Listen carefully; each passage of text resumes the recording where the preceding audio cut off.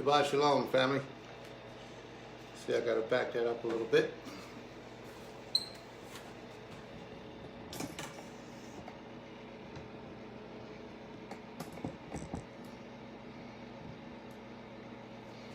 All right, let's see how that goes.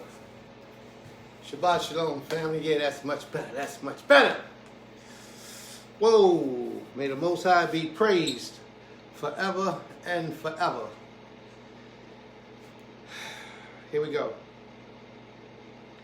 Well, today is another day that we're going to take it upon ourselves, or if we're moving by the Spirit of the Most High, for many of us, today is another day that the Most High will guide our spirit, that we will divulge portions of His information to the earth, things that the Most High has held in secret for a long, long time. We have the opportunity now to speak, to represent the Creator in this life. Shalom, Ishti. We have an opportunity to represent the Most High in this life and to speak of the wondrous works of this King, our Master and our Creator. As promised, last week, the week before, we said that we would be teaching again about Isaiah, the 53rd chapter. So this is Isaiah 53, part 3. If you go onto the Facebook page, you'll back up, you'll see we have portion number 1, portion number 2, and now this is portion number 3 of Isaiah 53. It's going to be very good. As always, it's going to be very good. We're about to shake the foundation of a lot of lies that has been taught about this particular verse, this particular chapter containing particular verses, that's going to cause a lot of people, their eyes to be awakened and opened toward the trueness, the correctness, and the realness of the Most High King. All right? So we're going to try to get started. This is our new time, 12 o'clock. We're not accustomed to being here at 12 o'clock. This is our new time. So we're going to do what we got to do to begin at 12 so that others will know and others will get accustomed to being here at the new time. I want to pull up a scripture out of the book of Isaiah. I have to first find the book of Isaiah. And then I want to read just a little bit about that book. I want to touch on it just a little bit. Isaiah. Just so that we will get a thorough understanding as to where we are in the process of time when it deals with these scriptures. Thank you, Ishi. All right. Let's start with Isaiah chapter 1, verse 1. Let me make a correction here first so that we don't have no interruptions. Yeah, I want no noise, no interruptions.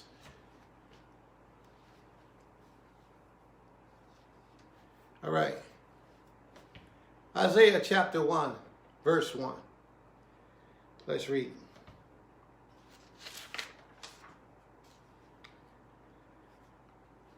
Today's lesson is going to be on Isaiah 53.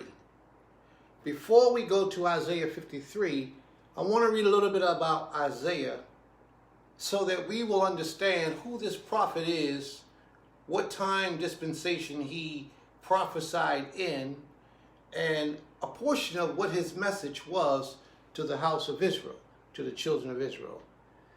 It says the 66th chapter of Isaiah, the largest prophetic book in the Hebrew Bible, fall at least into 3 divisions. The first 35 chapters comprise oracles and discourse concerning Judah and other nations, uttered by the prophet during the time when the kingdom of Judah was still in existence. Now, the thing about the book of Isaiah is that some portions of the book of Isaiah causes a little controversy because they don't know who wrote it. Isaiah, the book of Isaiah, is written, as far as we know, by Isaiah the prophet. See, like book of Jeremiah, he recited the book of Jeremiah, but he did not write down the book of Jeremiah. Jeremiah had a scribe, and you'll see that in the book of Jeremiah when it speaks about he told his scribe to write down a certain thing. But here in Isaiah, we don't see that too often. Usually Isaiah is both the author and the orator of the book of Isaiah. Okay. The next few chapters consist of extracts from the book of the Kings. The last 27 chapters deal with prophecies concerning the Hebrew people after Yehudah was conquered by the Babylonians and the people were exiled. The prophecies extend to the post-exilic period where the Judeans returned from the Babylonian captivity to rebuild the temple in Jerusalem and to reestablish the Hebrew commonwealth.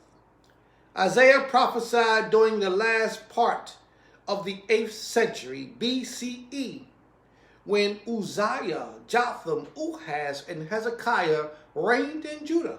The prophecies cover a period of about 40 years. So Isaiah was alive during the book of the Kings. He was alive during the book of the Kings, and a lot of people spoke of him during the book of the Kings. And he lived way past that and prophesied even after the book of the Kings. His prophecies cover a lot of the history from after the Babylonian captivity even until today's time. And today's time is what we need to reflect upon when we speak about Isaiah, the 53rd chapter. You got to keep in mind, we're talking about today's time in Isaiah 53. We're talking about what took place thousands of years ago that led up to what's taking place in our time today.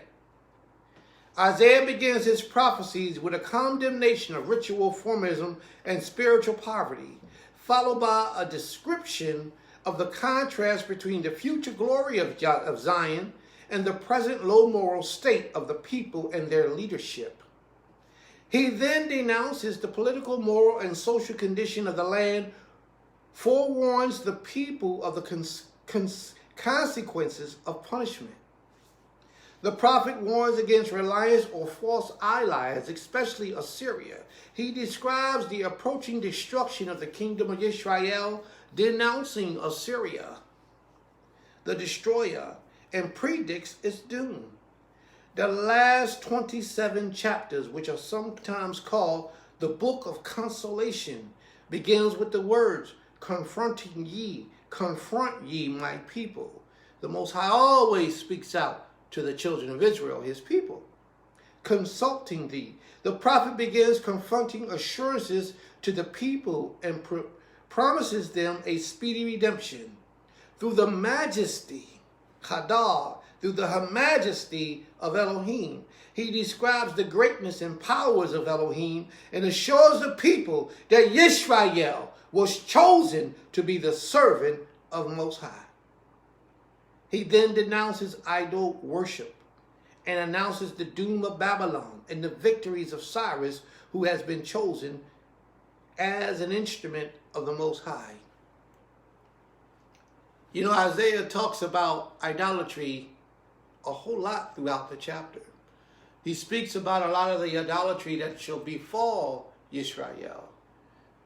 Some of that idolatry that we are guilty of today, we don't even know that we're guilty of.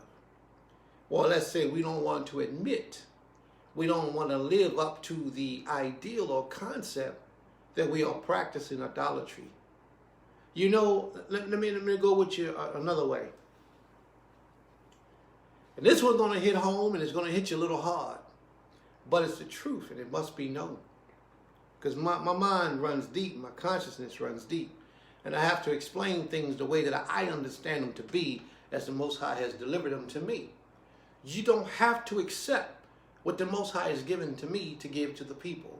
You can do and believe as you choose to do and believe. In the end, you'll know who's right, who's wrong, what's right, what's wrong, what is the word of the Most High, and what isn't.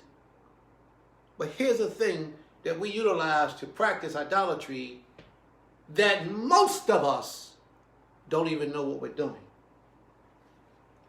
I'll go to it like this. What's the name of the Creator? What's his name? You see, none of us knows the Most High's name. And I stand on those grounds. None of us knows the name of the Almighty. If one of us knew the name of the Creator, if we spoke that name, the earth would shake. It would tremble. Destruction would set in and take place throughout creation. If you could utter the name, the true name of the Most High King. So I try to caution myself and stay away from that. I speak attributes of the Creator because by default, if you don't know the name of the Most High and you're calling on a particular name and it's not his name, what are you committing? You're committing idolatry. And that's what I mean.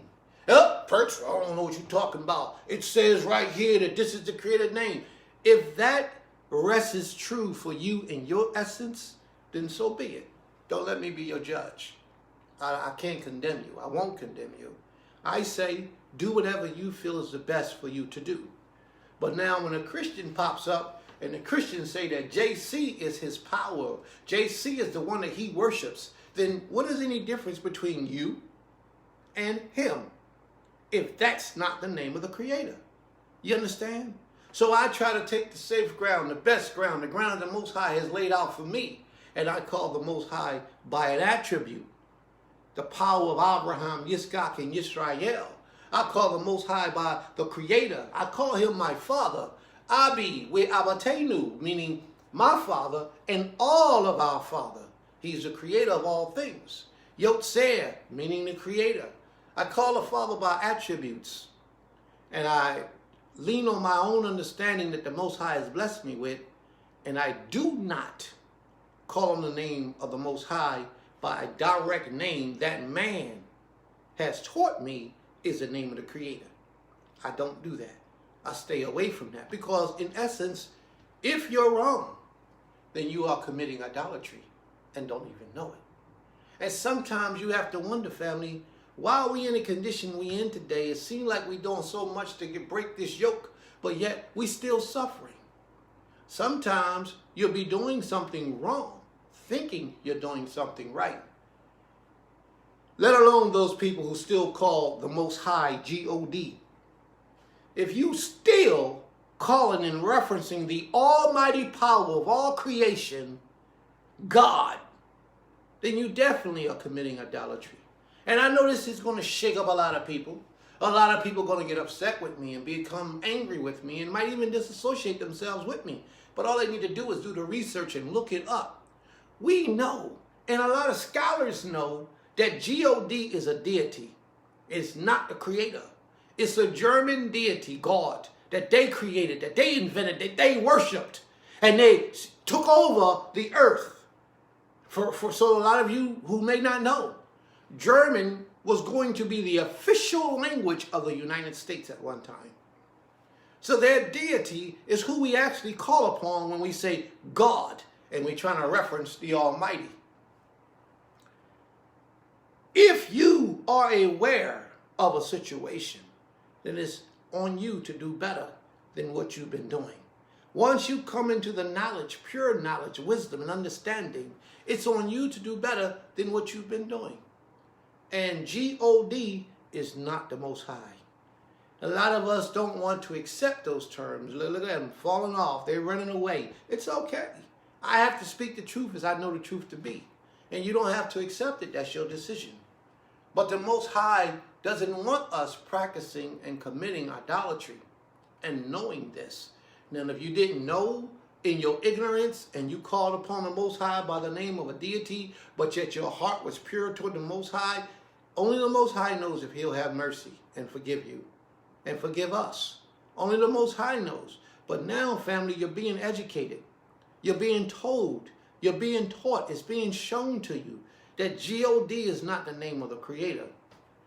And if you got a spiritual leader that's talking about God and relating that to the Almighty, the King of all creation, the power of Abraham, Yitzchak, with Yisrael, and then he's talking his good Hebrew language behind it, you need to question him and ask him, why does he call the Most High by the name of a deity, God? Ask him. Maybe he has a good answer for you. Maybe he has something that he can explain to you that goes way beyond my knowledge and my understanding. God is not the Almighty. Not at all. And if you're still referencing the Almighty by God and you're supposed to be a spiritual leader or an educated man in this way, then we have an issue. You and the Most High has an issue. It's not for me to judge. It's only for me to educate. And I do what I have to do to educate the Most High's people as he sees fit. Giving all glory and honor to the Most High King of all creation, asking that he will guide my mind, my spirit, my body, my language, and my speech as I approach unto you, his people. May the Most High be praised forever and forever. Shabbat Shalom, family.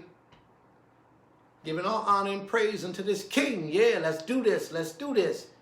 Praising this King.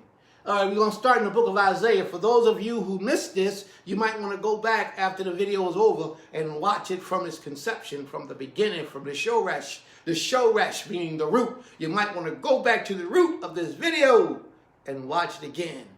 We have two other versions. We have Isaiah 53 verse 1, Isaiah 53 verse 2. You might want to go back and watch all of them as they lead up to today's lesson so that you'll get a better understanding of what's going on. Okay? May the Most High be praised and glorified forever and forever. So who is the book of Isaiah talking to? It says the vision of Isaiah, the son of Amos, which he saw concerning Yehudah and Jerusalem in the days of Uzziah, Jotham, Ahaz, and Hezekiah, kings of Yehudah. Who's Isaiah talking to? I was watching a video today, and on this video it said that the children of Israel was required to make sacrifices to the Creator of all creation. Yotzeh. But what that was in order for us to approach the Creator, the children of Israel had to make sacrifices to the Creator. But this video said that the person on the video says that Gentiles didn't need to make sacrifices to the Creator in order to approach the Creator. But the children of Israel was required to do so. So I sat back and I thought, I said, you know what? That brother might be right. So I don't remember the Most High ever saying the children of Israel, that a Gentile had to make a sacrifice to him in order to approach him. I don't know where that's written. I don't know where that's at in Scripture. A lot of people might teach it, but I don't know where it's present. It baffles me in my mind. So I thought about that for a period of time, and I say, well, I don't know where that's written where a Gentile had to make a sacrifice in order to approach the Creator. So let's go through history a little bit. And I'm going to tell you why. There's one person that I know that, as far as my mind serves me, without doing any research and studying, who sacrificed to the Creator, and his prayer was heard, his request was heard, and his name was Balaam. Balaam's nationality, I don't know. I haven't researched, I haven't checked it out. But if he is a Hebrew Israelite, I will be surprised. But I'm not sure. But now Balaam, in the book of Numbers, you read about Balaam. Balaam called out unto the Most High by way of sacrifice. Other nations would go get Balaam to get him to curse other people. These same nations would go get Balaam to try to get Balaam to curse the children of Israel. But Balaam, who tried to curse the children of Israel, he understood who the children of Israel were and how they represented the Most High. And how at that time of Balaam trying to curse them, how the Most High was so pleased with the children of Israel that Balaam gave a prophecy, and he gave a prophecy concerning the future or present Moshiach. You got to read this stuff. This is deep, man. This is really deep. Scriptures is unfolding right before your eyes, and you don't even know it. You have no idea or no understanding that you're being a part. This book is being written about you all over again. You have no idea where you are in this history. None. One of the reasons why the Gentiles didn't need to make sacrifice to the Creator in order to approach the Creator is because the Gentiles was never allowed to approach the Creator. That's why there's no law pertaining to them requiring a sacrifice of them to approach the Creator. See, a true Hebrew Israelite has to understand who he is by right as being a Hebrew Israelite. Let's examine it. Let's go to Isaiah, the 42nd chapter. I brought this up plenty of times in the past, Isaiah 42. Let's go there and let's read a little bit about Isaiah 42, the servants of the Most High King. It says, "Behold my servant in whom I uphold, my elect in whom my soul delighteth." That servant is powerful. And what it says, "I have put my spirit upon him. He shall make the right go forth to the nations." To who? To the nations. "He shall teach my word to the nations." He's talking about you, the children of Israel. It is your job and your responsibility to be a nation of priests unto the rest of the earth. What was the job of a nation of priests? The nation of priests was supposed to make intercession for mankind unto the Creator. Thereby meaning that the Gentiles had to come to you in order to be able to approach the Most High King. That's why there was no need for them to make a sacrifice. There was never a command for Gentiles to make a sacrifice. They had to go to you, brothers, you, sisters. And that's even today. The Gentiles know this. And that's why they don't want you reclaiming your right on this earth as children of the Most High King. But they can't stop this. They can't hold up the Most High's process. They can't interfere with what the Most High is bringing about right now in this day and time. He's opening up the eyes of the blind, the ears of the dumb, the deaf, and the mouths of those who have been dumb and couldn't speak. The Most High is bringing them back into who they are, into their fullness. Let's read a little bit more. "He shall not cry nor lift up nor cease his voice to be heard in the streets. A bruised reed shall he not break, and the dimming light shall he not quench. He shall make the right to go forth according to the truth." The truth of the Most High is what's being brought forward in this earth. "He shall not fail nor be crushed till he have set the right in the earth. And the owl shall wait for his teachings. Thus saith the Creator, He that created the heavens and stretches them forth, He that spreadeth forth the earth, that which cometh out of it, He that giveth breath upon people upon it." See, this totally annihilates any other power except the Creator. Because it says, "Thus saith the Creator, He that created the heavens." Did your power create the heavens? "He that stretches forth the earth and that which cometh out of it." Did your power do that? He says, "I, the Creator, have called thee in righteousness." Who is he talking to? Who did he call? The children of Israel. He says, "I have called you in righteousness and have taken hold of thy hand and kept thee and set thee for a covenant of the people." The Most High says that I have taken your hand and made you, Yisrael, as a covenant for the people. A covenant for the people to do what? For a light to the nations. You are to teach the earth. To open the eyes of the blind. To bring out the prisoners from the dungeons. And them that sit in darkness out of the prison houses. That's your job, Yisrael. He says, "I am the Creator, that is my name, and my glory will I not give to another, neither my praise to graven images." What is he saying? He's saying that all those idols that you worship, all those idols that you serve, you're doing yourself a grave misjustice by doing so. He's letting you know that you are committing idolatry if you're practicing those things.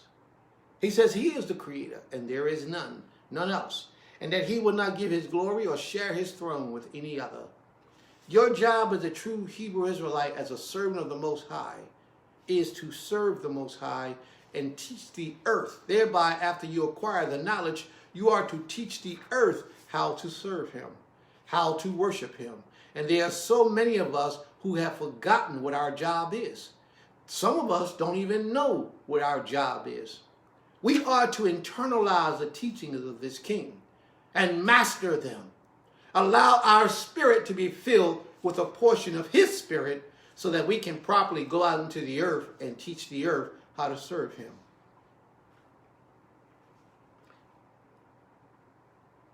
That's our job as the children of Israel. We're going to go down to verse 40. We're going to go 44, I believe it is. We're going to go to verse 44, Isaiah 44. Now remember how Isaiah 42:1 started. It says, "Behold my servant, on whom I uphold." Scholars have been baffled. Who is that servant that the Most High is talking about? Just like in Isaiah 53, they don't know who that servant is that the Most High is talking about. Isaiah 52, they don't know who that servant is that the Most High is talking about. Well, let's see what the Most High has to say who that servant is. Isaiah 44, verse 1. He says, "Yet now hear, O Jacob, my servant. Jacob, my servant. Hear, O Jacob, my servant, and Israel, whom I have chosen." That servant that the Most High is speaking of, that shall be a light unto all the nations, all the earth, is the children of Yisrael. The children of Israel. We are the servants of the Most High. We are called by the name of the Almighty. Exodus, I believe it's the 6th chapter, verse 19. Let's see what it says. Exodus 6:19, I believe it is. You might be a little quicker than me, so you can post it in the room if you get it with your fast hands. All right. Nope, that ain't it. So let's go to Exodus 19:6. Let's go to Exodus 19:6 and see if that's it. Yeah, that's it. Exodus 19:6. That should be it. Yeah, got to make them adjustments when your mind gets a little old on things, get a little rough on some things. So let's see what Exodus 19:6 says. Where you at, 6? 5. Okay. All right. Exodus 19:6. I'm going to start at 19:5. But 6 is going to contain what it is that I want to be heard. "Now therefore, if ye will hearken unto my voice, indeed, and keep my commandments, then you shall be my own treasure from among all people. From all the earth is mine." And 19:6 says, "And ye shall be unto me a kingdom of priests." We shall be a nation of priests. So I'm clarifying for you what the Most High said our job would be. We shall be a nation of priests if we are to obey the Most High and walk in his ways and teach his truth unto the earth. Thereby, Isaiah, when you read Isaiah 44, and it says, "Here now, O Jacob, my servant," is talking about the children of Israel.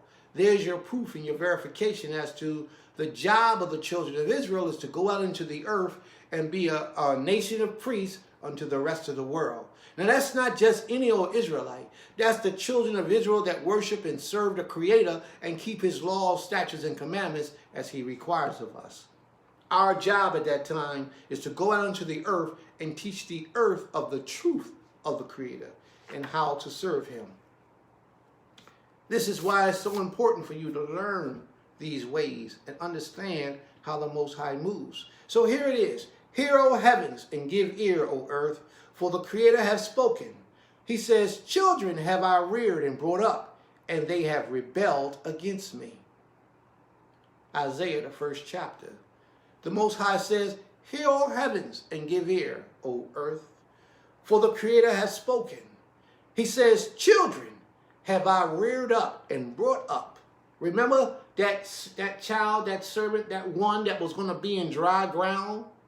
And he shall shoot up out of dry ground. The Most High is saying, children have I brought up, have I reared up, have I protected, have I fed, have I nurtured, have I provided for. Children have I reared up out of dry ground.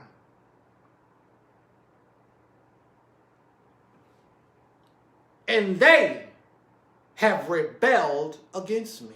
Thus saith the Creator. He said, the ox knoweth his owner, and the ass his master crib. But Yisrael does not know me. My people does not consider. The Most High is allowing us to know and to understand that he has made accusations against us. And we are guilty for a lot of things. One of those things is that in ignorance, many of us are not serving the Creator. In full knowledge, many of us are not serving the Creator. So thereby, only 1/3 of us is going to be walking a righteous path. The Most High says 2/3 of us shall be cut off. Are you going to be a part of that 2/3? 2/3 means the majority of Yisrael. You got 3 parts to a third. 3 parts. So if 2/3 of that is going to be cut off, you got 1 part left. Let's think about this for a minute. Right now in this day and time, in this dispensation of time, the smallest group that worship the Creator right now are Torah only, Torah centered. They only worship the Creator and none other. The next size is those brothers and sisters who worship the Creator in their minds and their understandings to the best of their ability right now, but their minds are still somewhere else other than what the Most High would really approve of, because they attach a deity to the service of the Most High. A lot of our brothers and sisters are doing their very best in the situation they're in. They walk upright. They walk perfectly before the Most High, to my understanding that I know of, because I am not their judge, so I have to accept that only the Most High judge those people. So they walk to the best of their ability to serve the Creator. But in reality, the Most High says that he shall not give his glory unto another. If my oppressor has oppressed me for 400 years, and my oppressor taught me to bow down and to worship him in the image of a man or of a power.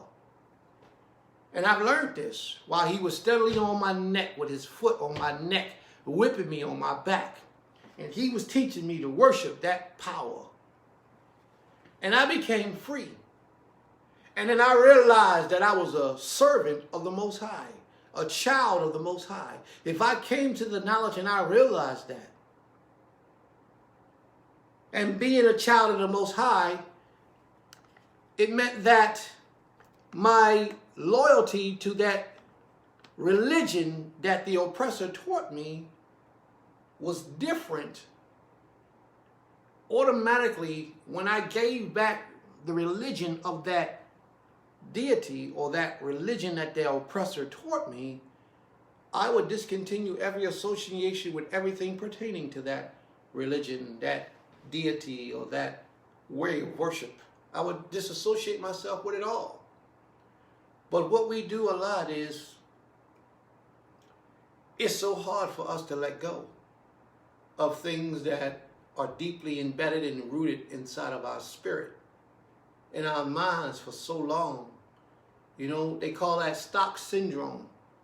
And stock syndrome is after a person has been held captive by their oppressor for so long, they begin to fall in love with their oppressor. And then it'll get to a point where they live in the midst of their oppressors, And they don't even think about trying to escape any longer. They don't even think about it. Matter of fact, they'll even fight wars for their oppressor. They will defend their oppressor. And when somebody come and conquer the nation, they will help the nation. They will help the oppressors try to combat that person that's coming to fight the nation. It's called stock syndrome. Look it up. And today, many of us has the opportunity to serve the Creator.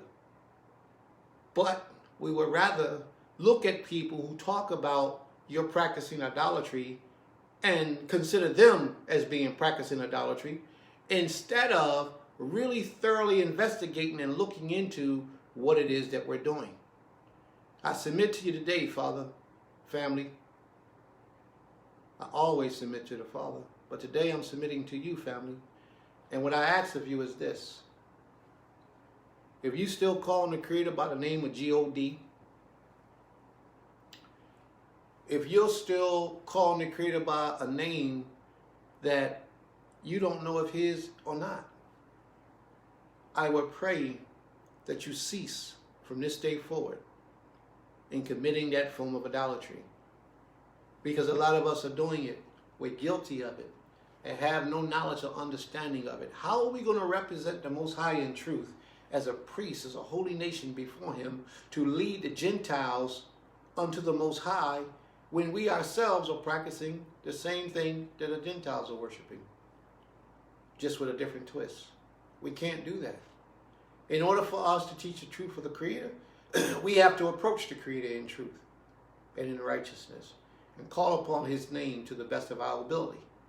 So this day forward, family, cease from calling the Most High by the name of a deity and cease from bonding partners to the Most High, trying to fool yourself to believe that you're not committing idolatry, because you are. I submit to you today that you are. And the Most High takes no pleasure in us, His children, committing idolatry. He takes no pleasure in that. If you want to please the Creator, move forward on the side of caution and call the Creator by an attribute. Acknowledge Him as the power of Abraham, Yitzchak, and Yisrael. Call Him your Father. Call Him what you must call Him in order to give Him His proper praise. But all these names that are running back and forward throughout the earth that people are associating as the name of the Creator, they are not His name. They're not. And by those names you cannot be saved. You will receive no eternal life. You'll only receive damnation. Only the Most High knows if He'll have mercy. And I pray that He does, because a lot of us, we do this in ignorance. We don't think for one moment that we could be practicing idolatry. But in reality, we are. It is our job to learn the truth of the Most High so that we can teach it to the earth. We have to. We have to learn His truth. And then we have to go out and teach the Most High. Teach the people of the earth the Most High's truth. Too many of us, we overnight Israelites. What that mean, overnight Israelite? We come into this way of Israel for about a year, 2 years, 3 years, even 5, some of us. We just fresh out of a religion, practicing idolatry. And then we want to go out and teach the children of Israel, the rest of the nations, how to serve the Creator. And we can't do that because we're still poisoning their minds, because our minds are still poisoned. We still holding on to a lot of the idolatry that we learned from a lifetime of indoctrination. It just don't leave you overnight. It doesn't. It takes a lot of trueness to the Most High, really opening up your spirit to His essence, really meditating, fasting, and praying. Not that you can't get it in 2 days, 3 days, or 5 days, or even a year. You can get it because the Most High determines who gets what and when. But it's about your integrity. It's about you walking truthfully before this King. And you can have anything that you desire in righteousness as long as you submit yourself to Him in totality, in truthness. And that's all I ask of our people. Stop pretending to teach the Most High's people when you yourself really don't know and really don't understand. You got to separate from trying to sit in a seat of authority. That's part of our problem as Hebrew men and women. We want to be at the top of a matter And we don't want to be at the bottom and do the work to earn the position to be at the top. We don't want to do that. We want to run straight to the top. And that's where we want to be. We want to make the most money. We want to have the most power, the most authority, and we want to tell people what to do. Prince is doing the very best that I can possibly do with the knowledge that the Most High has given to me. And all I do is I share it with the Most High has shared with me for my 25, almost 30 years of experience that the Most High gave to me. I am grateful and I am thankful. But I'm not just a talker of the word.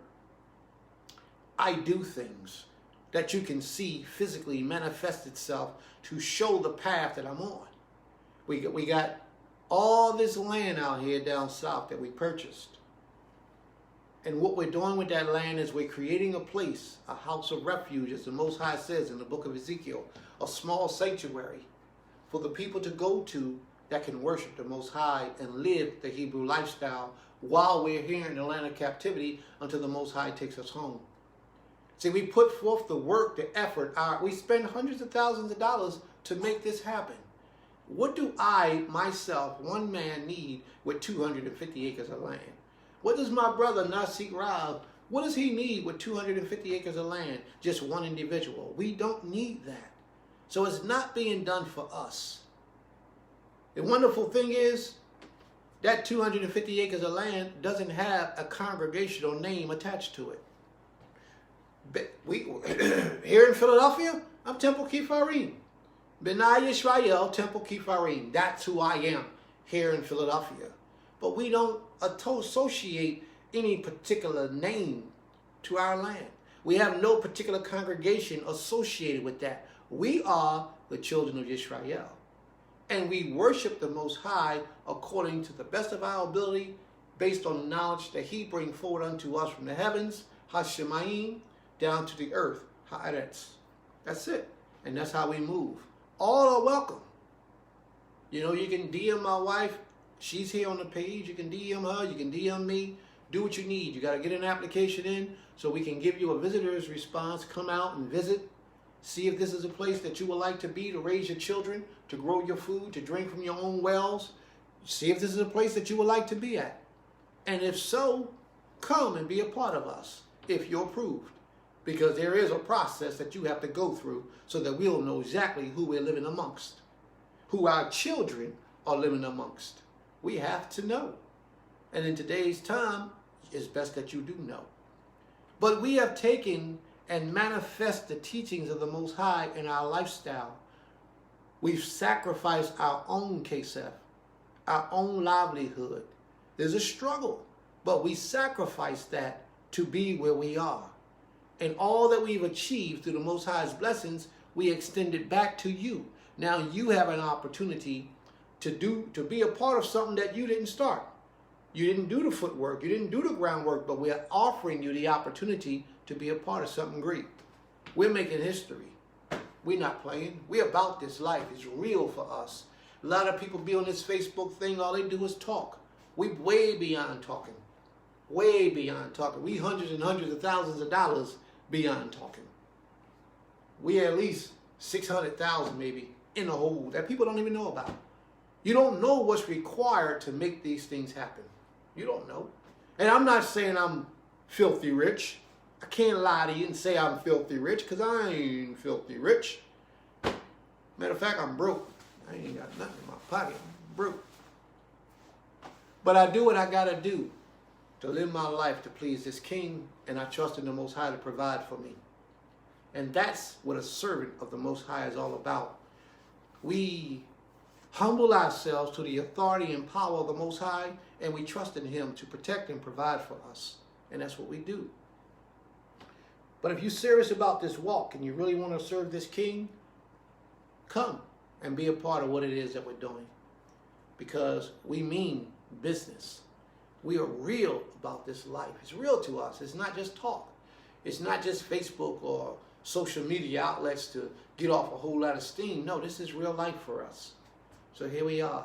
Let's make this thing happen. So here we go. We're going to talk about the book of Isaiah, the 53rd chapter. It says, "Who believed our report, and to whom is the arm of the Creator revealed?"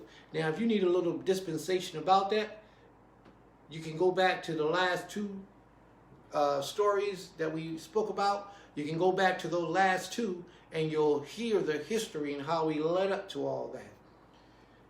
For he shall grow before him as a tender plant, as a root out of dry ground. That root, that word root is shoresh. He shall grow as a root, a shoresh, meaning the beginning of a thing, the foundation of a thing. Shoresh, dealing with the word, is something like Elohim. The whole word Elohim is the whole form of the word, but the shoresh of Elohim will be Aloha. Aloha will be the breakdown or the root of the word that they get Elohim from. Elohim is the plural of the word. Okay?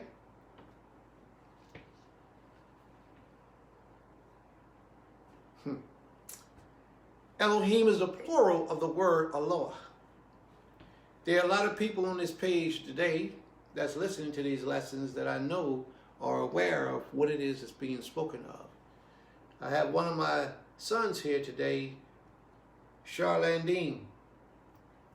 If he's not here with us now, and he was here with us earlier. But you can always check him out. Go to his page, The Mighty Hebrew. You can go to his page, talk to him, and converse with him. He has a lot of information that's good for the people's ears. He can teach you a lot of information about being a Hebrew Israelite. He can travel places that I don't even begin to travel to. Different form of knowledge, different areas of knowledge. You can go there, talk to him, and he'll open your mind to a lot of things. But I wanted to bring this forward earlier in the lesson, but I had missed it for some reason. I don't know why. It was in my mind, but I missed it. Let me just make a little mention of a lot of things that are really powerful in a nation, that if we do it right, we can have a large majority of our holdup brought together in one instance. Here we go. Now I'm going to do what a lot of other Israelites don't do. And I'm used to doing that. What a lot of Israelites don't do. Don't matter what they do. I know what I got to do. Here we go. We have a group of Israelites in Hashaba, named Hashaba, in North Carolina. Now Hashaba, that congregation is tied in with the belief that they have a priesthood. It's not for me to say whether they're right or wrong. I don't argue that fact. I accept what's being said. Hashaba believe that they have a priesthood, and that the children of Israel who are down there deserves the right of considering themselves to be a part of the priesthood. They deal with the superior knowledge in the instance where the majority speak, read, and write the Ivrit. I acknowledge that. We have a group of brothers in Cincinnati, Ohio, the House of Israel, underneath of ISIAH. Now these brothers believe that they have a whole lot of issues pertaining to the Most High, correct, that a lot of the Israelites don't have. For example, they have a history of the calendar that they say goes back to the creation of man. I don't argue with that. They have a breakdown on certain things that they, based on a numerical system, that they could share with you and teach with you that makes perfect sense if you listen. I'm not here to judge. I don't argue. I accept what my brothers say, what they teach. We have a congregation here in New York called DCB. And we have some brothers over there, Uzziah, Naphtali. Brothers over there that's pretty much in charge and running things. It's ran by a good brother, Prince Uriel. Now, these brothers don't claim to be priesthood. They don't claim to have that superior knowledge. But what they do have is good. They bring forth the truth of the Most High in a different way. They have organization. They have structure. Not that the others don't, But these brothers move out as diplomats. They move out with a diplomatic spirit. You see what I'm saying? These things are important. We have brothers and sisters right here in the United States. We have brothers like myself and ISIAH who are respected in all of those houses that I mentioned to you. Highly respected. Who provide the land as opposed to our form of teaching and educating the people. We provide the land or the place for the people to be, to dwell. 250 acres of it. Now, I just touched on a few of the congregations or the communities, just a few. They have, those brothers have, and DCB has a business mind. They move forward in a business perspective. They have, the brothers work together to bring about a great thing. So what I'm saying is this. What do you think would happen if all of these places that I just mentioned was to send 2-3 families from each one of those congregations down to Goshen to live, to be a part of the community? Selective families that they chose, people that could come and influence the culture that takes place in Goshen. What do you think could happen? The reason why I'm saying this is because I want you all to know that the Most High is raising us up in different places of the earth just to bring us together as one, to bring forth His truth. Each one of those places do different things. And there are many more Israelite places that also play an intricate part in the development of what we're doing. Intricate part. Some of them are still caught up in idolatry. Some of them are. But imagine if the Most High was to bring us all together in one place, in one portion of land, one parcel of land, and we all walk together doing this thing. How great of a day it would be. See, because then you would know that the Most High is truth. Then you would know that the Most High speaks truth in the ears of His people. And then a lot of people can see how the prophecies of the Most High are coming into play. It's a wonderful thing. Isaiah 53 is speaking about these days when all of that stuff shall begin to happen. When the children of Israel will begin to awaken to the glory of the Most High. And a lot of people won't understand what Isaiah 53 is speaking about. But Isaiah 53 is speaking about what we are to do in this day and time as we worship this King.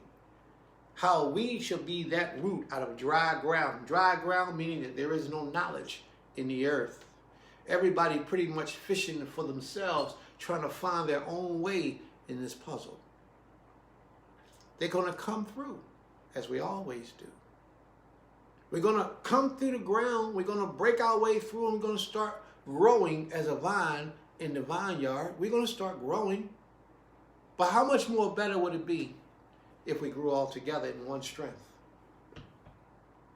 How much better, how much time would we elapse from this equation if we got it all together and came up as one people?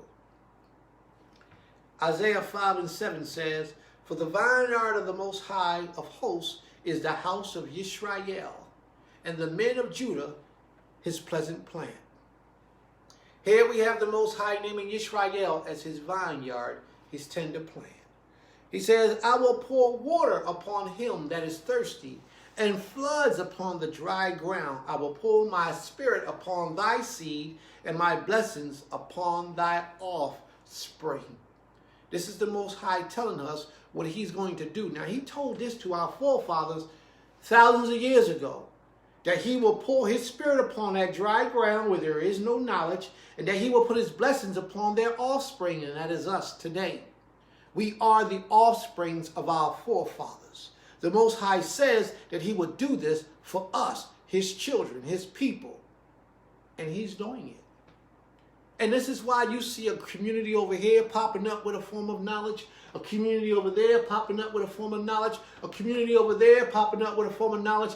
But none of these black folk, none of these Hebrew brothers are putting that knowledge together to bring about a unified force. And that's a problem. What good is it for you to have knowledge if you're not going to properly disseminate and utilize that knowledge?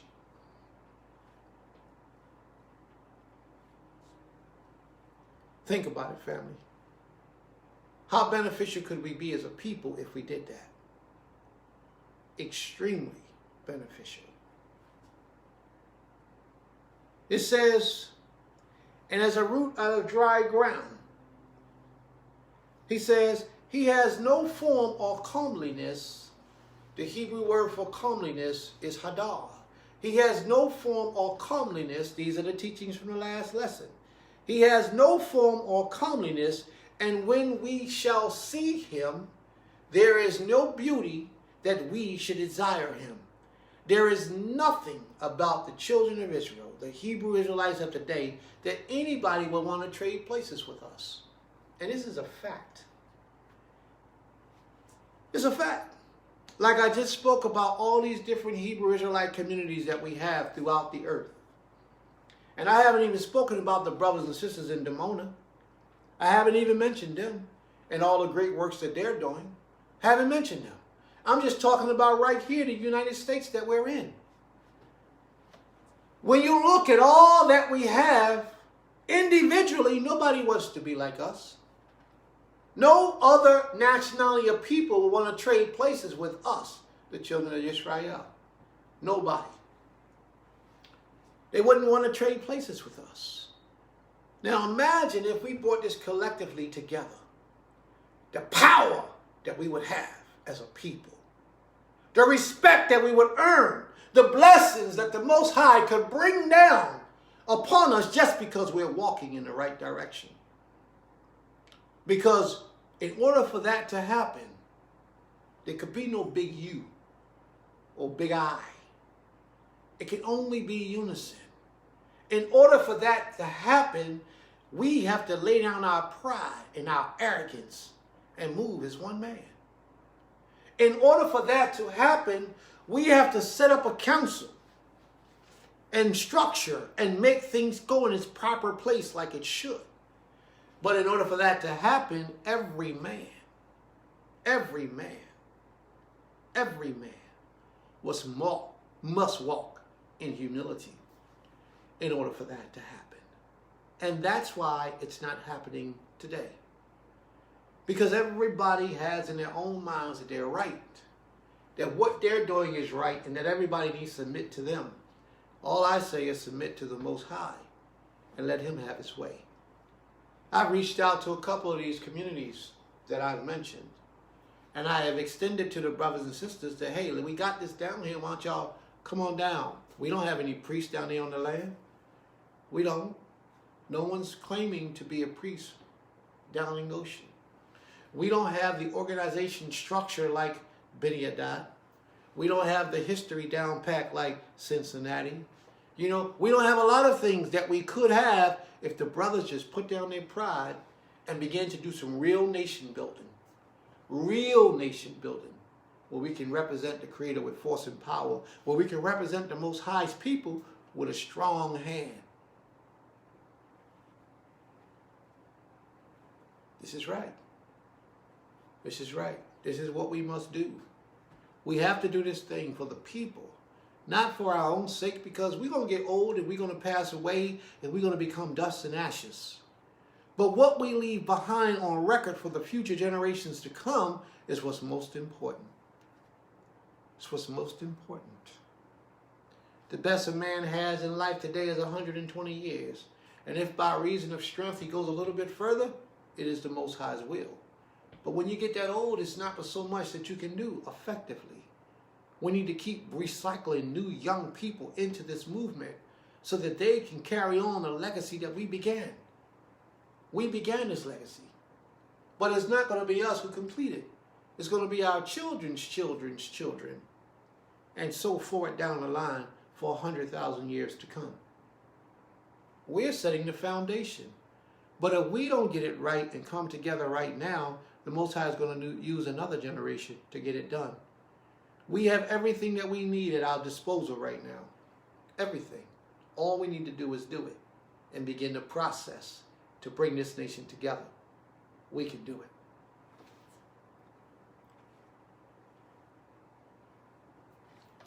Hear, O heavens, and give ear, O earth, for the Creator has spoken. I have nourished and brought up children, and they have rebelled against me. Hear, O heavens, and give ear, O earth, for I have brought up children, and they have rebelled against me. Hear, O heavens, and give ear, O earth, for the Creator has spoken this. I have nourished and brought up children, and they have rebelled against me.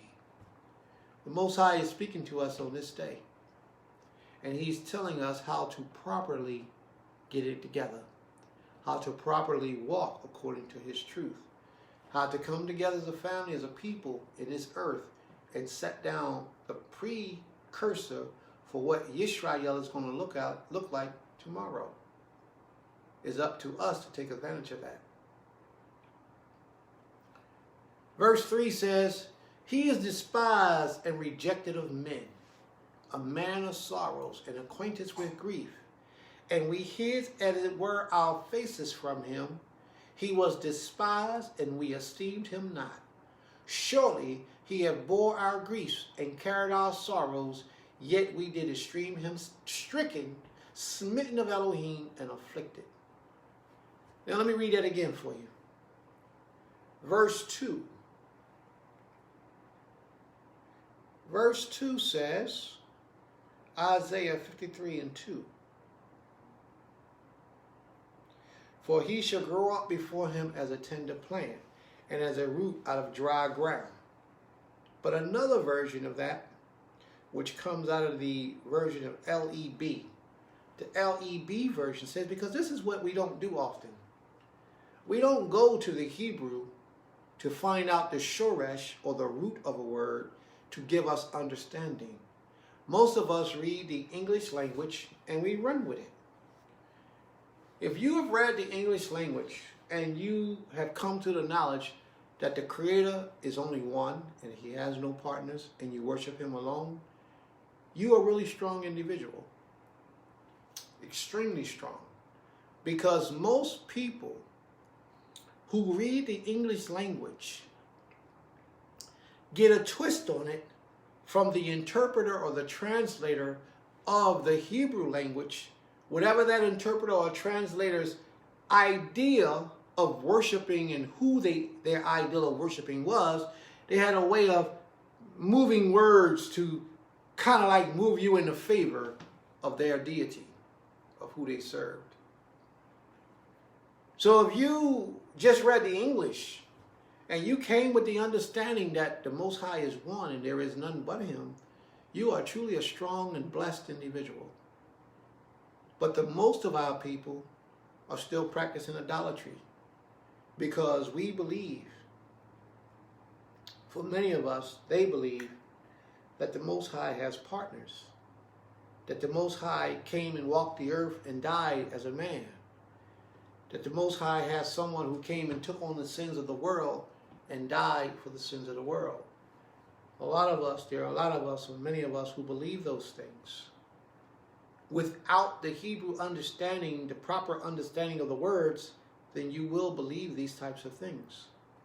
So I'm not blaming you. I'm not angry with you. I'm not speaking ill about you. All I'm asking is that you go and research and study these teachings so that you can learn what's really being said, so that you can walk away from idolatry if you're still trapped in idolatry. I talked to a sister the other day, one day last week. I don't know if she's still here present on the line. Sister Antoinette. I spoke with her the other day. And Sister Antoinette told me that she's made a lot of changes in her life. She's expounding her understanding of her horizon on how she worships the Creator of all creation. And I mean, I was filled with so much joy just hearing those words. Now, I'm not saying anything that the sister wouldn't want me to say. Private portions of that conversation will stay between us. But what I will say is that this sister gave me hope. She brought a new life into me, just sharing with me her understandings of how she is to worship the Creator now, how she's to walk after the Creator. You know, because at one point my sister was in, how can I say, she wasn't like she is now. She's on a journey. She's decided to let the Most High speak and teach her, to give her understanding, as opposed to what she's heard for all of her life and just running with that. And that's what a lot of our people have to do. We have to really go to the Most High for understanding, allow the Most High to instruct our spirit in a way that He wants for our spirits to move. And once you do that, the Most High has a way of opening you up, man, that you never even thought was possible. And He can do it, He does it, He will do it. A way that you never even thought was possible, the Most High will reveal that way to you. I'm grateful and I'm thankful. And there's a lot more people that does a very similar thing like that. Let me see if I can grab this brother's. I had a conversation with a brother earlier today. Let me see if I can grab what it is that he presented to me out of the book of Proverbs. And I'm just doing these things to show you how the Creator is changing this thing. He's causing us to once again return to Him in our little ways. Everybody doesn't agree with everything that's being said and being spoken. But these things are powerful. This brother, I believe it's a brother, I don't know who it is, a brother or a sister. This person texts me and says, "Blessed be our Savior, who loves and delights in His servants." There are only 7 different seasons, times mentioned in Ecclesiasticus 3:1. So in the first week of creation, what time was it if there are 7 different times as Ecclesiasticus 3:1 mentions? Was the first week of creation a time to be born and a time to die, which is the first order mentioned, etc.? Or is the first week of creation one of the 7 times mentioned in Ecclesiasticus 3:1? He says, "I know that each day is a different time, but it seems as if that first week was a whole time period in itself." And it was. He says, "I want to know what time was that first week, according to Ecclesiasticus 3:1. He says, "The Creator bless. I may be misunderstanding. May the Creator give you light and clarity." So he wants to know, he wanted to know exactly what Ecclesiasticus 3:1 was actually speaking about. So let's go there. Let me just touch that for a minute. These are the different times that Ecclesiasticus is touching on. And then I'm going to go back to Isaiah because I'm going to tie it all in. He says, "To everything there is a season, a time for every purpose under the heavens. A time to be born and a time to die. A time to plant and a time to pluck up that which is planted. A time to kill and a time to heal. A time to break down and a time to build up." Breaking down, building up is the same thing as being born and then taking it out of the ground, plucking it up. A time to weep and a time to laugh, a time to mourn and a time to dance. A time to mourn is when you're in newness of birth, you're happy, your life, and a time to dance is when somebody passes away, is a time you're excited. You should be. You should be joyful that their punishment, their suffering has ceased. A time to cast away stones and a time to gather stones. A time to embrace and a time to refrain from embracing. When you created the heavens and the earth, it was a time to embrace the new creation. When a destruction came in the time of Noah, it was time to separate from that embracing. A time to lose and a time to keep. A time to cast away. The Creator kept us for a period of time when He created us, and then the Most High moved us away during the time of the flood. A time to rend and a time to sow. A time to keep silent and a time to speak. The Most High had to speak the earth into existence. Prior to him speaking the earth into existence, there was no earth, there was no voice of the Most High, so the earth didn't exist. It did always exist, but it was within the water. What profit has he that worketh in the workings of his labor? Okay? Now, in this brother's question to me, he asked that question. He says, it seems as if that first week was a whole time period within itself. He says, I wanted to know what time was that first week, according to Ecclesiasticus 3:1. Now, the normal reader would read Ecclesiasticus 3:1 and think that it's talking about a different event, different times, different happenings, different things. But in reality, Ecclesiasticus 3:1 is saying the same exact thing in 7 different ways. And it's only talking about the first day of creation, the first moment of creation. That's all it's talking about. And it's talking about building something and then taking it back down. That's all it's talking about. Feeling good when you built it and taking it back down. Okay? That's all it's talking about if you have the ear to understand what's taking place. There's a time for everything under the sun. And everything is covered in that portion of Scripture. Now let's talking about the time of rejoicing. The Most High is rejoicing what he's doing for us, the children of Israel, in the earth today. The Most High is rejoicing because we're returning back to him in our fullness. We're returning back to the Creator. We are coming up out of that dry ground and we're returning back to him. It says that he is despised and rejected of men, a man of sorrows, meaning that we have experienced, our forefathers have experienced so much turmoil and pain in their lives. They have suffered so much. Even during the time of slavery, our forefathers have went through so much. They was despised and rejected. Nobody wanted to be like them. Nobody wanted to switch places with them. They were tortured. They were murdered. They were homosexual. They just did so much evil to our people because we were despised and rejected of them, those nations. And we were acquainted with grief. Now, who here would deny that our forefathers was acquainted with grief? Who? Who would deny that?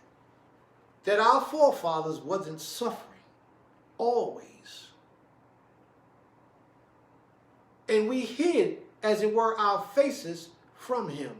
We today, the children of Israel, who benefit so much from what has taken place with our forefathers. You right now are able to walk the streets as a semi, and I quote that, semi-free man because of the suffering and the pains that your forefathers went through.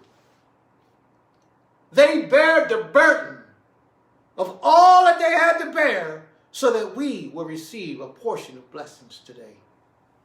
So that we will receive a portion of freedom. So that we will be able to live a portion of life like we do today. You know, tomorrow when the sun rises, if I wanted to jump in my car and go down Georgia, I could ride down Georgia and go down Georgia. If a brother came here right now and wanted to borrow $50, I can go to underneath my sofa in the back of the chair in the attic and get $50 and loan it to the brother. I can jump in my car and ride to Georgia tomorrow if I wanted to. Life hasn't always been like that for our forefathers. But we have turned our backs on all the hard work that our forefathers have been through, all that they suffered and all that they've done. I mean, let's go back ancient of days and think about what has taken place thousands of years ago when our forefathers were under the Babylonian rule or the Assyrian rule, and they were suffering to maintain their loyalty to the Creator after their eyes was awakened, and they realized that they was not serving the Creator as they should, and they tried to return, but yet they were conquered because the punishment came upon them, and then they tried to turn back to the Creator in truth, and they suffered. Thousands of our people were killed. Even when you think about the thousands or the hundreds of millions of our people that died, I can't say hundreds of millions, but the millions of our people that died on the passage coming over here in the slave ships.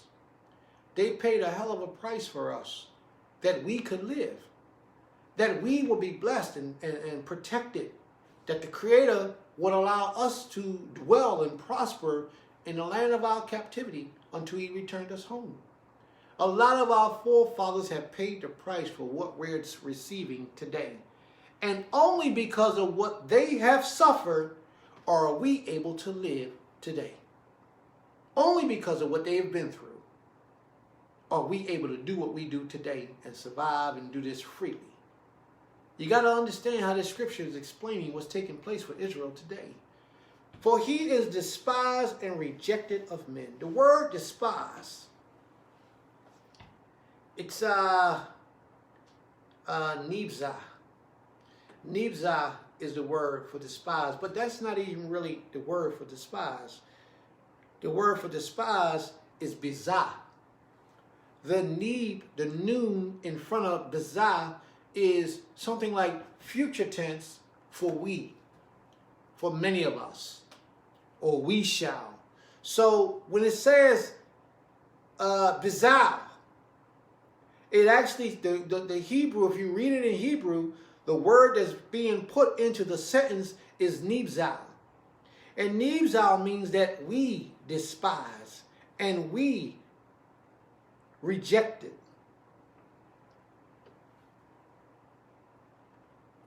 Our forefathers. So it's not primarily our forefathers that we are in relations with, but it's all the work that they've been through, all the teachings that they shared with us. We reject those things. We reject our forefathers. You know, we hold on to a few, but we don't grasp the majority of those who have paved the way for us to get where we are today. We don't hold on to that. You know, there's children today that disrespect their parents, and their parents is right here in their lifetime. Some of them are alive today, and the children are so disrespectful, but they don't understand the work that their parents put in to allow them children to have a good life. They don't understand it. But they will boldly say, oh, I don't deal with him, or I don't deal with her. Well, that's your mother, I know, but I can't stand him, or I don't like him or her because of what they put me through. You have no idea what they've been through to try to give you the best life that they can possibly give you, and what they're still going through to try to make your life even more pleasing and more better for you, let alone our ancient forefathers. We have no idea or no understanding. We give them no respect, no honor in any shape, form, or fashion. How do I say that? Because for the most part, we still call ourselves by Gentile names. If you want to honor the Creator and honor your forefathers, you should take on the name of Yisrael, just who you are. You should accept who you are, and you should carry that name. But no, what do? We carry our slave master's name, our oppressor's name, thereby we honor them. What does a woman do when she marries a man? The very first thing that woman does when they get married is she changes her last name. She's now called by the name of her husband, showing her husband honor. When you get a woman that don't want to take on your name, there's very little honor she wants to give to you. She believes that she has more acceptability in her old name than being called by your name. You know, there you go, Yeshurun. That's right. Yeshurun is a poetic name for the children of Israel. So when you want to honor your forefathers, you do it in the memory of them. You give respect to them. Daniel used to honor his forefathers. When he would go to the Most High in prayer, he would ask the Most High to forgive our forefathers for all the evil that they have done. How many times have you done something like that? Or could you care less? Or you don't even think about it. You see, you're despising them. You're rejecting them. You're not giving them what they need. Their souls still need your prayers. And it would still be good for you to pray to the Most High on their behalf, because they wasn't perfect. They did a whole lot of wrong. They paved the way for you to get here, but yet you give them no respect, no honor. You reject them. You despise them. Believe me, family, this happens on a large level. A large level. A lot of us don't even know. A lot of us hasn't been taught how to honor our forefathers, how to respect them, and all the great works that they put in to get you to enjoy life the way that you have. Well, Prince, my life ain't so great. You ain't a slave, are you? I mean, a natural slave. You are still a slave. We all are slaves. As long as we live here in this land, we're all slaves. Under this man's rule, we're all slaves. But you're not a natural slave where you're out in the fields slaving because you don't have a choice in the matter. You're not as our forefathers were just recently. So that word shows that we shall reject, we shall despise a man of sorrow and acquaintance with grief. They were always suffering, always going through pain. And we hid, as it were, our faces from him. And he was despised, and we esteemed him not. We paid no recognition to our forefathers. We men despise and reject him. We Israel today disrespect our forefathers for their evil behavior, while yet we are guilty of the same behavior today. We are doing the exact same things for what our forefathers did. We are doing it today in our lifetime, just as they did all them years ago. There were people out in the streets saying, return to the Most High, return to the Most High. But they felt as if the deities that they were worshiping was good enough. When an Israelite who's Torah only come to an Israelite who practiced idolatry and say, hey, return to the Most High, return to the Most High, they feel as if they're doing righteously, doing the things that they're doing. And they refuse to surrender or submit from their idolatry and worship the Most High, the oneness of the Most High. They refused. That's no different than what our forefathers did in the old days. There's a story in the Kings with Elisha the prophet went up on the mount with the 200 false prophets, and he said to them, let fire come from the sky if your power is the creator. He pleaded with them. He tried to get them to change from their idolatrous behavior. Just like Prince today, me, Prince today, is crying out to our people, leave the idolatry alone. Come back to the Most High. Worship the Most High in truth, and Him alone is the one that you shall serve. But so many people are rejecting those teachings, saying that that's not where this is. That's not how we're going to get down. We're going to continue the life that we're living. Idolatry is the #1 evil that we have. We have people today disassociating themselves from the Hebrew lifestyle and the true service of the Most High because of that evil action. Because they want to worship and practice idolatry. Now that idolatry that these people are worshiping and practice might not be so obvious to them. So I'm going to break it down to you again like I broke it down in the beginning. If you are calling the Most High God, you're practicing idolatry. It's just that simple. You can be angry all you want, but you're practicing idolatry. Go research God and see who God is. I mean, do an in-depth study. Don't just take the first thing that they tell you. Go do an in-depth study of God and see who it is. And see if that's the power that you're supposed to be worshiping and serving. If you call the Creator by a name because you think that's His name and it's not His name, you're practicing idolatry. A lot of people call the Creator what they want to. You know, people take these tetragrammaton. The yod, hey, and the wah, hey, and they take that and they say, this is the Creator's name. And they interpret it for what they want to say it is. But they don't know if what they're saying is true. How do you know? You see, and I submit to you that we don't have the Creator's name. So it's best that we don't call the Creator by a name, but an attribute. And if you call the name, the Most High, by an attribute and associate Him with the things that's pertaining to our scriptures, then there's no way that you can go wrong. But if you call the Most High by an attribute, a name that's not His, and that name actually has life in a different dimension of time for a deity, you're committing idolatry. you're committing idolatry. And you should be real careful about what you do. And a lot of people just don't understand that. Then we have a lot of things that causes people to walk away from this lifestyle, from the true service of the Most High, because of the evil actions of our forefathers, like in the book of Kings, with King Dawid. Dawid committed adultery, or with Solomon. Solomon practiced idolatry, or Elisha, allowing the bear to kill the children. You know, people look at these little things and they say, oh, I can't be one of those people. I can't walk in this life because, see, their hero, King Dawid, committed adultery. He slept with another man's wife and then covered it up, and then the Creator accepted him. How could I be a part of that understanding? See, they look at the sins or the evils of our forefathers and they separate themselves from this truth. And that's not good, because no man is perfect. None. So even though we have a lot of things that we would consider to be evil, that our forefathers are guilty of, it has nothing to do with our service to the Creator, El Shaddai, El Elyon, El Rakum. Nothing. The animal sacrifices. Some people say, well, how could you kill animals?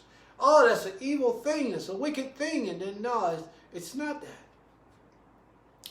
Consider these acts to be evil actions coming from a supposedly holy people, and they don't want to associate themselves with these people. A lot of people do these particular things, thereby causing them to disassociate themselves from the true teachings of the Most High King. Okay? Are there any questions in the room? We're going to close out our portion at this time. Are there any questions in the room from anyone?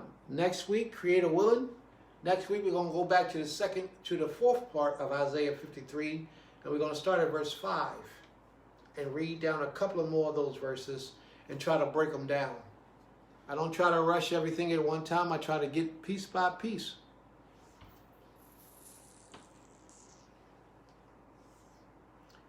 Yeah, I seen that.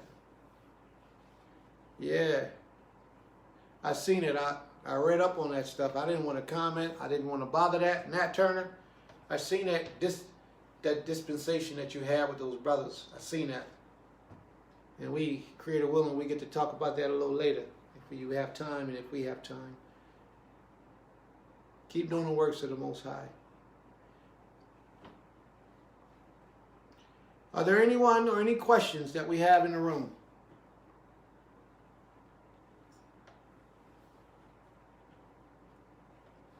If there are no questions, we're going to close this out. Well, I'd like to take the time to thank everyone who became a part of this lesson today, and those who have shared this lesson to try to get this knowledge out to the rest of the earth. I pray that you have found something edifying within this message that has transformed your life, where on this day you have changed a little bit better to be a little better person than you were yesterday. Okay? Prior to this lesson. May the Most High be pleased with all of our efforts. May the Supreme Creator of all creation bless us and continue to walk and send His holy angels before us to take us in the way. Unto Thee, O great King, we pray, now and forever. Toda Rabbah. Shabbat Shalom, family. May the Most High be with you all. Shalom.